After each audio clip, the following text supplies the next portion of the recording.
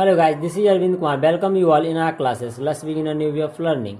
दोस्तों, आपका स्वागत है आर क्लासेस में। फ्रेंड्स, आज के क्लास हम लोग क्लास 9th के लिए एमसीक्यू करने वाले हैं। जो फिजिक्स साइंस का पार्ट जो फिजिक्स है उसमें हम लोग एमसीक्यू करने वाले हैं। तो फ्रेंड्स, इसमें केवल और केवल ऑब्जेक्टिव क्वेश्चन करने वाले हैं, जो कि ना केवल ये 9th के लिए इंपॉर्टेंट होगा, बल्कि ये 10th के एग्जाम में भी आ सकता है यहाँ से क्वेश्चन।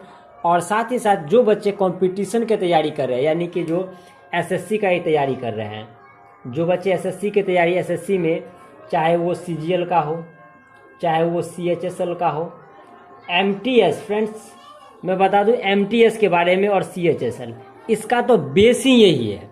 अगर साइंस में क्वेश्चन पूछा जाता है, फिजिक्स में क्वेश्चन पूछा जाता है, तो एग्जैक्टली इस चैप्टर से एक क्वेश्चन तो रहना है। आप प्रीवियस ईयर क्वेश्चन देख सकते हैं। तो इन तीनों एग्जाम में, चाहे वो सीपीओ का हो, सीपीओ, ये सभी एग्जाम जो है सो एसएससी कंडक्ट कराती है। तो इन सभी एग्जाम में जीके के पोर्शन में ये बहुत इंपॉर्टेंट होता है। अभी आपको क्या है, रेलवे में बात करें तो रेलवे एग्जाम की मैं बात करूं तो उसमें चाहे ग्रुप डी हो, ग्रुप डी, एनटीपीसी और चाहे एएलपी हो। एएलपी का तब एग्जाम होने वाला नहीं है फ्रेंड्स, फिलहाल में तो अभी नहीं होने वाला है। लेकिन इन सभी एग्जाम में भी यहाँ से क्वेश्चन देखने के लिए एकदम मिलता है। यहाँ से क्वेश्चन आपको, यहाँ से क्वेश्चन, इस चैप्टर से एक क्वेश्चन तो होना ही होना है। तो स्पेशली मैं उस बच्चे को बताना चाहूँगा जो क्लास 9th में है, 10th में जाने वाले हैं, उनके लिए जो 2021 में अब जो एग्जाम्स होने वाले, एनुअल एग्जाम्स उनका होगा 2021 में, तो उस बच्चे के लिए मैं उनके लिए मैं ज़्यादा कहना चाहूँगा कि वो बढ़िया से इस वीडियो को देखें। और इसमें 25 क्वेश्चन करने वाले हैं, तो मैं चाहूँगा कि आप शुरू से अंत तक बने रहिए मेरे साथ। 25 क्वेश्चन, इसके डिटेल डिस्कशन हम लोग कर चुके हैं। अगर वो पार्ट नहीं देखे हैं तो प्लीज़, साइंस का है सो 4 पार्ट पहले ही कर चुके हैं, तो उसको देख लीजिएगा। 4 वीडियो है। इस पार्ट में हम लोग 25 क्वेश्चन करेंगे और इसी चैप्टर का कुछ और क्वेश्चंस करने वाले हैं। तो आई होप कि आप इंजॉय करेंगे, तो बने रहिए मेरे साथ। चलिए क्वेश्चन नंबर फर्स्ट डिस्कस करते हैं। चलिए, फर्स्ट क्वेश्चन है फ्रेंड्स कि मापन मुख्य रूप से एक प्रक्रिया है। मापते हैं ना, वह एक प्रक्रिया है, तो उसे हम क्या कहते हैं? उसे हम गणना कहते हैं, यानी कि जो मापते हैं उसे हम गणना कहते हैं। बदलने की ये प्रक्रिया है, या तुलना करने की है, या अंतर स्पष्ट करने की प्रक्रिया है। यदि आप वो वीडियो देखे होंगे फ्रेंड्स, तो ये क्या है, ये हम लोगों ने उसके डेफिनेशन में ही कहा था कि मापन कैसी प्रक्रिया है, तो वो तुलना करने की प्रक्रिया है। ठीक है, देखिए फ्रेंड्स, जिस क्वेश्चन में हो सकता है डिस्कशन एक्स्ट्रा, मैं उसमें करूँगा, और जो क्वेश्चन हम लोग पहले ही डिस्कशन कर चुके हैं तो उसमें थोड़ा सा कम करेंगे, ताकि ये वीडियो ज़्यादा लंबी ना होगा और कम समय में हम ज़्यादा क्वेश्चंस कर पाएंगे। चलिए, तो फर्स्ट का आंसर क्या हो जाएगा फ्रेंड्स? Option C.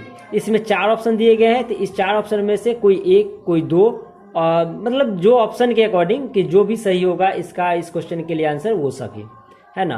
किसी ऑप्शन में ऐसा होगा कि ए और बी दोनों आंसर हैं, है ना, तो इस टाइप से भी हो सकते हैं। देखिए दूसरा नंबर क्वेश्चन क्या कहता है, किसी राशि के परिमाण के पूर्ण विवरण के लिए आवश्यक है। किसी परिमाण से मतलब है कि कोई वैल्यू, वो उसके लिए मुझे क्या क्या जरूरत हो सकता है। देखिए, कहने का मतलब है कि जैसे कि हमने लिखा ये 20 kg लिखा, या 15 kg लिखा, तो ये एक परिमाण है, ये किसी चीज़ का परिमाण है। तो इस परिमाण में मुझे क्या क्या जरूरत पड़ा, तो आप कह सकते हैं कि एक न्यूमेरिकल वैल्यू यानी संख्या की, और दूसरा मात्रक की। एक किसकी? संख्या की, और दूसरा मात्रक की। तो देखिए ऑप्शन, पहला ऑप्शन है कि मात्रक, दूसरा ऑप्शन है संख्यांक, और तीसरा ऑप्शन है मात्रक और संख्यांक दोनों, और इनमें से कोई नहीं। तो क्या आप आंसर करेंगे? देखिए, ये आपका है सो ये संख्यांक है और ये आपका मात्रक है, यानी कि ये दोनों ऑप्शन होना चाहिए। तो ऑप्शन सी इसका आंसर हो जाएगा। ठीक है फ्रेंड्स, समझ पा रहे हैं आप? चलिए क्वेश्चन थर्ड करते हैं। क्वेश्चन नंबर 3 है, एसआई मात्रक में कितने आधारी मात्रक हैं? आप लोगों को मैं याद दिला दूं, इस चैप्टर में जब हम लोग एसआई मात्रक पढ़ रहे थे तो उसमें क्या था, तो बताइए। ऑप्शन है, ऑप्शन ए है 3, बी ऑप्शन है 4, और सी ऑप्शन है 9, और सी ऑप्शन है 7। आप लोग कमेंट में जरूर कर सकते हैं। देखिए चल ये वीडियो आप बाद में जब देख रहे होंगे ना, उस समय आप कमेंट कर सकते हैं मुझे, मैं समझ जाऊंगा कि आप मतलब खुद से आंसर कर रहे हो, ठीक है। तो उसमें हमने बताया था वो कितने होते हैं, 7। आधारी मात्रक वो मात्रक होते हैं जो बिल्कुल स्वतंत्र होते हैं, और वो कितने होते हैं, 7 होते हैं, ठीक है फ्रेंड्स। तो आप वीडियो यदि आप ये नहीं जानते हैं तो प्लीज़ मेरा वीडियो देख लीजिए, उसमें मैंने ये सारे डिटेल डिस्कशन किया है वहाँ पे। चलिए क्वेश्चन नंबर 4 की बात करते हैं। इनमें कौन आधारी राशि नहीं है? तो देखो वही 7 आधारी राशि में आपको बताना है कि इसमें कौन नहीं है। तो देखिए द्रव्यमान है या नहीं, तो द्रव्यमान है। वेग, तो वेग फ्रेंड्स नहीं है। और ये सी समय है और विद्युत धारा है। तो ये सभी हैं, तो नहीं कौन है, तो वेग नहीं है। अगर हम बात करें वेग, अच्छा वेग जो है सो आधारी नहीं है, तो कौन सी राशि होगी, तो ये व्युत्पन्न राशि है। कैसी राशि है फ्रेंड्स, व्युत्पन्न राशि है। चलिए ठीक है, समझ गए हैं। काफ़ी आसान क्वेश्चन है, और आसान क्वेश्चन साथ में एक डिफिकल्ट लेवल का क्वेश्चन भी। मैं हर तरह का क्वेश्चन इसमें कराऊंगा। आपके बुक में जितने क्वेश्चन है वो तो होंगे ही होंगे, साथ में मैंने एक्स्ट्रा क्वेश्चन भी ऐड किया है। और कुछ बच्चे जो कंपटीशन की तैयारी कर रहे हैं, शायद उन्हें भी इस वीडियो से फ़ायदा मिल सके, उसके लिए मैं और भी क्वेश्चन ऐड किया हूँ। तो आई होप कि आप सारे बच्चे, हर तरह के बच्चे यानी कॉम्पिटिटिव बच्चे जो स्टेट बोर्ड की तैयारी कर रहे हैं, उनको हर तरह सारे बच्चे को इस वीडियो से काफ़ी फ़ायदा मिले। चलिए क्वेश्चन नंबर 5 की बात करते हैं। तो क्वेश्चन नंबर 5 है कि 1 kg बराबर होता है। तो फ्रेंड्स बताइए 1 kg कितने के बराबर होता है, 10 kg के बराबर होता है, कि 50 kg के बराबर होता है, कि 100 kg के 100 ग्राम के बराबर होता है, या 1000 ग्राम के बराबर होता है।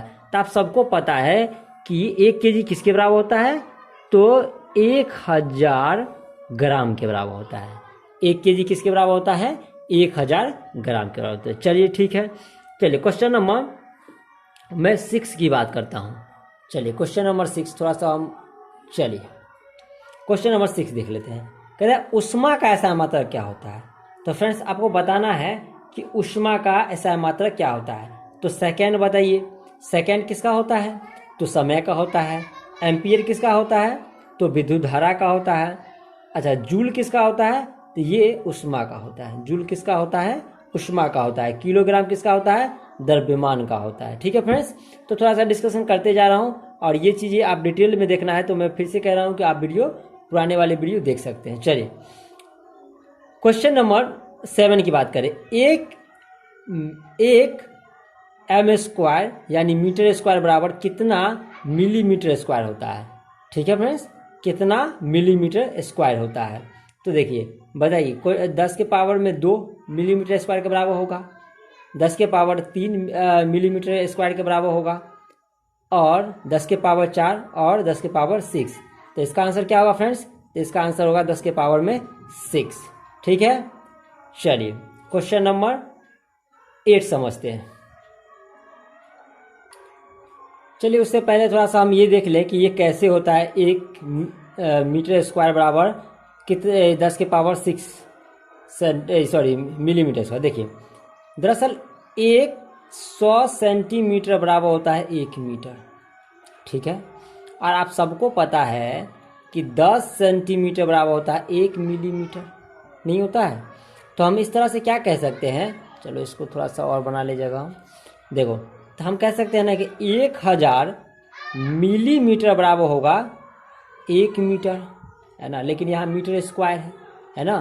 तो यानी कि वो 1000 मीटर इंटू 1000 मीटर बराबर हम लिख सकते हैं ना 1 मीटर स्क्वायर। ध्यान रखिए, सॉरी ये मिलीमीटर हो जाएगा, ये मिलीमीटर के बराबर है ना, तो मिलीमीटर ये हो जाएगा मिलीमीटर।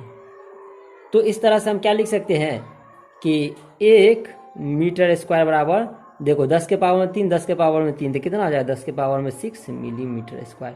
इस क्वेश्चन को मैंने इसलिए डिटेल में करा दिया कि काफ़ी बच्चे मुझे कमेंट में करते कि नहीं ये तो रॉन्ग आंसर है। तो चलो आई होप कि अब आप ये कमेंट में ऐसा गलत तो नहीं करोगे, लेकिन आपको वीडियो अच्छा लगे तो ज़रूर कमेंट कीजिए। मैं उसका वेट करते रहता हूँ कि आप कमेंट करेंगे। तो आप सही कमेंट कीजिए, है ना। वीडियो अच्छा लगता है तो कमेंट जरूर करिए कि बढ़िया लगा, है ना। और कुछ एडवाइस करना चाहते हैं, इस वीडियो को सजेस्ट करना चाहते हैं तो वो भी कीजिए। चलिए क्वेश्चन नंबर 8 समझते हैं। चलिए क्वेश्चन नंबर 8 समझते हैं। तो फ्रेंड्स क्वेश्चन नंबर 8 है कि कौन सी राशियाँ स्वतंत्र मानी जाती है। ठीक है, स्वतंत्र अभी डिस्कस किए थे फ्रेंड्स। एक क्वेश्चन पीछे जो क्वेश्चन अभी गया है उसमें हम लोग डिस्कस किए थे ना कि स्वतंत्र राशि कौन होती है, वो आधारी राशि होती है। ठीक है ना, तो इसका आंसर क्या हो जाएगा, आधारी राशि, है ना। ऑप्शन में है आपका आधारी राशि, व्युत्पन्न, और आधारी और व्युत्पन्न दोनों एरिनमेस कोई नहीं। तो क्या आंसर हो जाएगा फ्रेंड्स, ऑप्शन ए, है ना, आधारी राशि। ठीक है फ्रेंड्स, कोई दिक्कत तो नहीं, आसान है क्वेश्चन, है ना। तो इसको समझते रहिए, काफ़ी एक बार दो बार प्रैक्टिस करते रहिए ताकि एग्जाम में ऐसे क्वेश्चन आपसे गलती ना हो। चलिए क्वेश्चन नंबर 9 की बात करता हूँ। तो वेग एक राशि है, कैसी राशि है वेग, अभी डिस्कस किए थे। ठीक है ना, एक ऑप्शन में डिस्कस किए थे ना। तो देखो वेग आधारी राशि है, व्युत्पन्न राशि है, अदिश है, सदिश है, या बी और डी। बी का मतलब है व्युत्पन्न और डी का मतलब है सदिश। देखिए फ्रेंड्स, वेग स्वतंत्र राशि तो है नहीं, तो इसका मतलब ये व्युत्पन्न राशि तो होगी, ये व्युत्पन्न तो है। ठीक है, और सदिश अदिश एक नया टर्म जोड़ दिया हूं, जिसे हम लोग सेकेंड यूनिट जब इसमें मोशन पढ़ेंगे ना उसमें हम लोग इसके बारे में डिस्कस करेंगे। पर फिर भी थोड़ा सा डिस्कशन अभी कर लेते हैं कि जिसमें परिमाण और दिशा दोनों होते हैं उसको बोलते हैं सदिश राशि यानी वेक्टर क्वांटिटी, और जिसमें केवल परिमाण होती है उसे बोलते हैं अदिश यानी कि स्केलर क्वांटिटी। ठीक है ना फ्रेंड्स, तो ये वेग जो है ना व्युत्पन्न के साथ साथ ये एक सदिश राशि भी है, इसमें दिशा और परिमाण दोनों होते हैं। ठीक है, तो इस तरह से आंसर हो जाएगा बी और डी दोनों। तो आंसर, इसका आंसर हो जाएगा फ्रेंड्स ई, ऑप्शन ई आंसर हो जाएगा, ध्यान रखिएगा, ऑप्शन ई आंसर हो जाएगा। चलिए एक बार फिर से ऐसा मात्रक के ऊपर क्वेश्चन है, क्वेश्चन नंबर 10, ज्योति तीव्रता का आधारी एसआई मात्रक क्या है।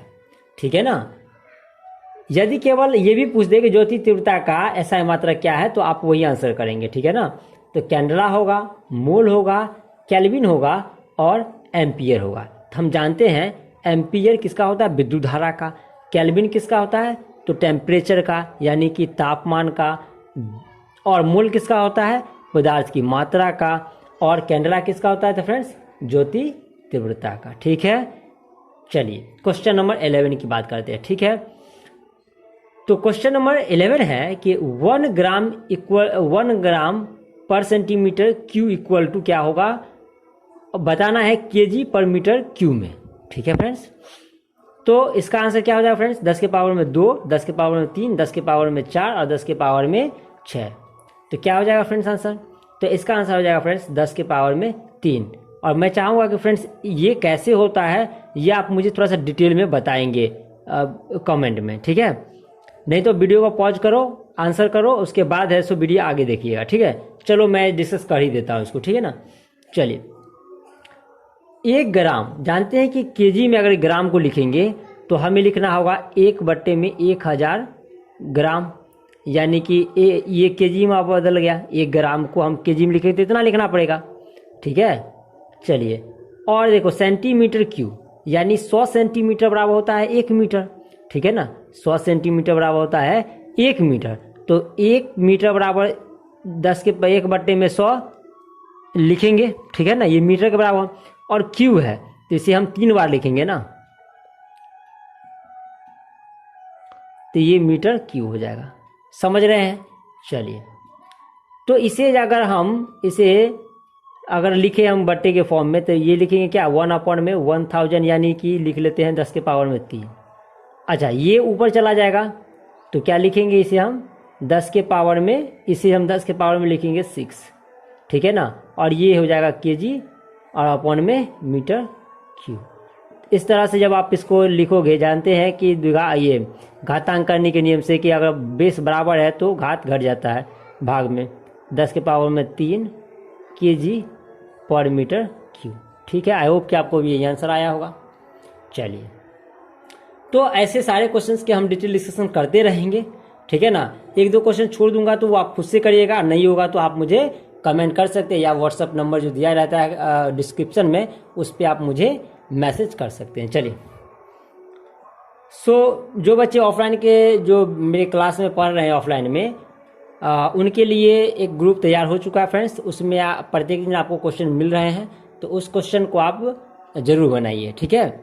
और भी बच्चे ऐड होना चाहते हैं तो उसके लिए मैं आप मुझे मैसेज, पर्सनली मैसेज व्हाट्सएप पे कर सकते हैं, तो उसे मैं ऐड कर लूँगा, ठीक है। जो बच्चे ऑनलाइन ही केवल मुझसे पढ़ रहे हैं उनके लिए कह रहा हूँ। जो बच्चे ऑफलाइन मुझसे पढ़ रहे हैं वो उनके लिए बना दिए हैं, उसका मोबाइल नंबर था मेरे पास। आप भी अपने कमेंट में अपना मोबाइल नंबर दे सकते हैं, ताकि मैं आपको उस ग्रुप में ऐड कर लूँगा, और उसमें जो क्वेश्चंस प्रैक्टिस के लिए रोज़ मिल रहे हैं उसे आप भी प्रैक्टिस कर सकते हैं। चलिए फ्रेंड्स, बात करते हैं ये दाब का SI मात्रक होता है पास्कल, ठीक है। तो 1 पास्कल बराबर कितना न्यूटन पर मीटर स्क्वायर होता है? तो इसका फ्रेंड्स आंसर क्या हो जाएगा? तो वो होता है 1 न्यूटन मीटर स्क्वायर के बराबर। अच्छा चलो, थोड़ा सा देखो, ये सारी चीज़ें हमें आगे पढ़ेंगे, बट फिर भी थोड़ा सा डिस्कशन अभी कर लेते हैं कि ये कैसे होता है, ठीक है। देखो जरा, दरअसल जब पास्कल ये दाब का है, यानी दाब बराबर, यानी कि मैं इसे P से लिखता हूँ, ठीक है। प्रेशर होता है, P से सूचित करते हैं। तो दाब बराबर होता है बल बट्टा में क्षेत्रफल, बल बट्टा में क्षेत्रफल। तो बल को हम लिखते हैं, बल का फॉर्मूला होता है MA। ये सब हम आगे पढ़ेंगे फ्रेंड्स, ठीक है ना, परेशान ना होइए, अभी थोड़ा सा देख लीजिए। तो MA होता है, और एरिया ऐसे ही रखने देंगे। तो M यानी कि ये जो है मास इंटू एक्सेलरेशन, यानी कि द्रव्यमान गुने त्वरण। तो द्रव्यमान का जो SI मात्रक होता है वो kg, और एक्सेलरेशन का जो, यानी कि त्वरण का जो होता है वो होता है मीटर पर सेकेंड स्क्वायर होता है, सॉरी ये पर सेकेंड स्क्वायर हो जाएगा, ठीक है। अच्छा, क्षेत्रफल का जानते हैं कि मीटर स्क्वायर होता है, ठीक है। अच्छा, kg मीटर पर सेकेंड स्क्वायर को हम न्यूटन लिखते हैं। क्या लिखते हैं? न्यूटन, है ना, न्यूटन। इनको लिखे, ये इनके सम्मान के लिए, न्यूटन के सम्मान के लिए हम kg मीटर पर सेकेंड स्क्वायर को लिखते हैं न्यूटन, और मीटर स्क्वायर तो इसे हम ऐसे लिख सकते हैं, है ना, ठीक है। तो एक ये पास्कल प्रेशर का होता है। अच्छा, 1 न्यूटन मीटर स्क्वायर को हम पास्कल के सम्मान में हम इसे लिखते हैं पास्कल, 1 न्यूटन मीटर स्क्वायर को, यानी कि कहेंगे 1 kg मीटर पर सेकेंड स्क्वायर। या इसको हम इसे, अगर हम मीटर से 1 मीटर काट कर देते तो हम क्या लिख सकते थे? kg मीटर, नहीं, पर मीटर पर स्क्वायर। इसे हम पास्कल के सम्मान में हम इसे पास्कल बोलेंगे। तो यानी इसे हम इस फॉर्म में लिख सकते हैं। तो हम ये कह सकते हैं कि 1 पास्कल बराबर 1 न्यूटन मीटर स्क्वायर, ठीक है फ्रेंड्स। चलिए, आई होप कि मैं समझा पाया हूँ इसे। तो इसका आंसर हो जाएगा 1, ठीक है। और भी डिटेल डिस्कशन करेंगे जब ये सारी चीज़ें डिस्कस जब करेंगे हम, 3rd यूनिट में हम इसके बारे में बात करेंगे, है ना। फॉर इसका जो है न्यूटन का सेकेंड लॉ होता है ना, F बराबर ma। तो इसके बारे में हम काफ़ी न्यूमेरिकल भी वहाँ पे करने वाले हैं। चलिए, अगर इस तरह से हम सारे क्वेश्चन स्टिल डिस्कशन करेंगे तो शायद 25 क्वेश्चन करने में मुझे 1 घंटा लग जाएगा। चलिए, थोड़ा सा फास्ट करते हैं।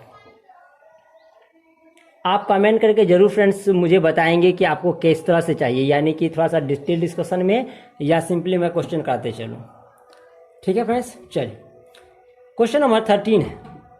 क्वेश्चन नंबर 13 क्या है कि 1 कैलोरी बराबर कितना होता है? 1 कैलोरी बराबर कितना होता है? तो 1 कैलोरी बराबर कितना होता है? कितने जूल, लगभग में बताना है कितने जूल के बराबर होता है, ठीक है फ्रेंड्स।